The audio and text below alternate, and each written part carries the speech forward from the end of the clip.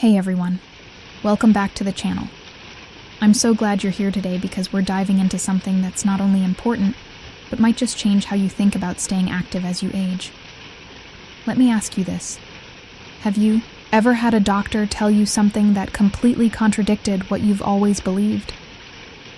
Maybe it was about sleep, nutrition, or even exercise. For many of us, walking has been seen as the go-to activity for staying healthy. Especially as we get older. We've all heard it. Just walk 30 minutes a day and you'll be fine. But what if I told you that's only part of the story? Now don't get me wrong, walking is great. It's accessible, easy, and good for your heart. But relying only on walking can actually leave some major gaps in your health routine. Today, I want to share with you 6 essential activities that go beyond walking. These are not random exercises. They're practices backed by doctors, physiotherapists, and movement experts. They target areas that walking alone doesn't reach: your balance, strength, stability, breathing, mobility, and cardiovascular conditioning. If you're between 65 and 80, or even younger, and planning ahead for a vibrant future, this is going to be one of the most valuable things you watch all week. So grab a cup of tea, get comfortable, and let's jump right in. Number 1.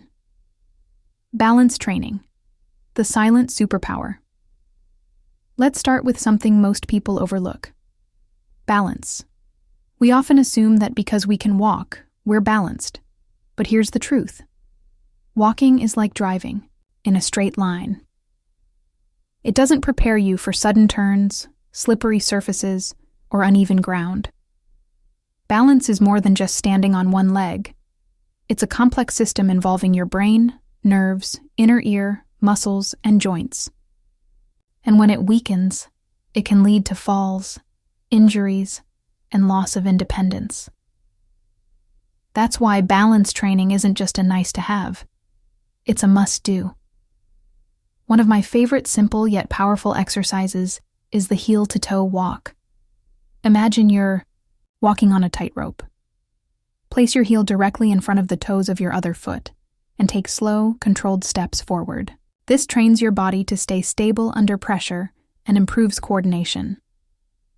Another great move: standing on one leg.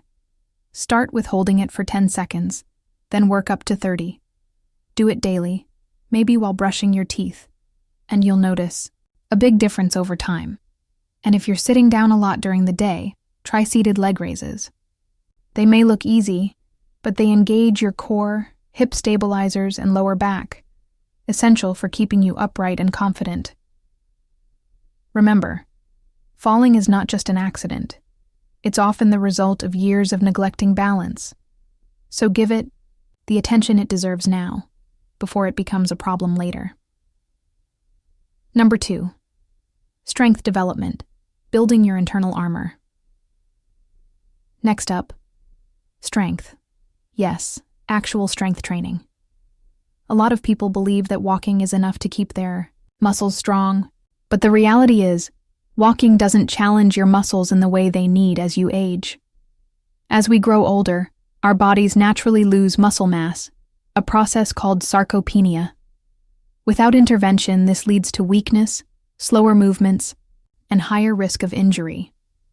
This is where strength or resistance training comes in. It's not about bulking up. It's about building resilience. Think of your muscles as armor.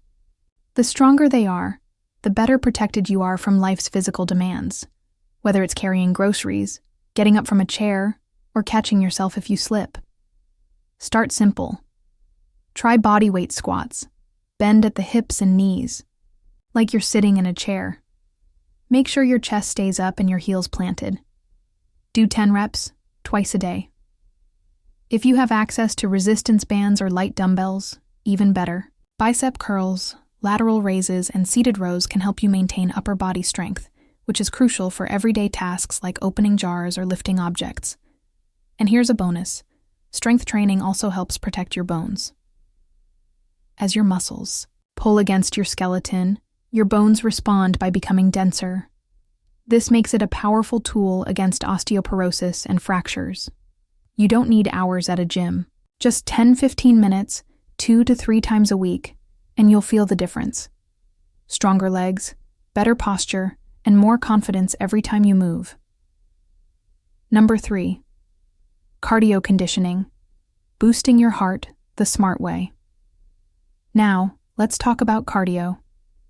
Yes, walking is good for your heart, but it's not the same as true cardiovascular conditioning. If you're only walking, your heart never really gets challenged.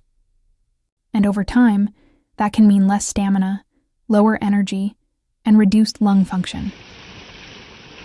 Cardio conditioning is about pushing your heart gently beyond its comfort zone, just enough to make it stronger without overdoing it. Try something like cycling, either on a stationary bike or outdoors. It's low impact, joint friendly, and still gets your blood pumping. Or how about swimming or water aerobics? The buoyancy of water reduces stress on your joints, making it perfect for older adults. For those who enjoy rhythm and social interaction, dance-based workouts like Tai Chi or low-impact aerobics are fantastic.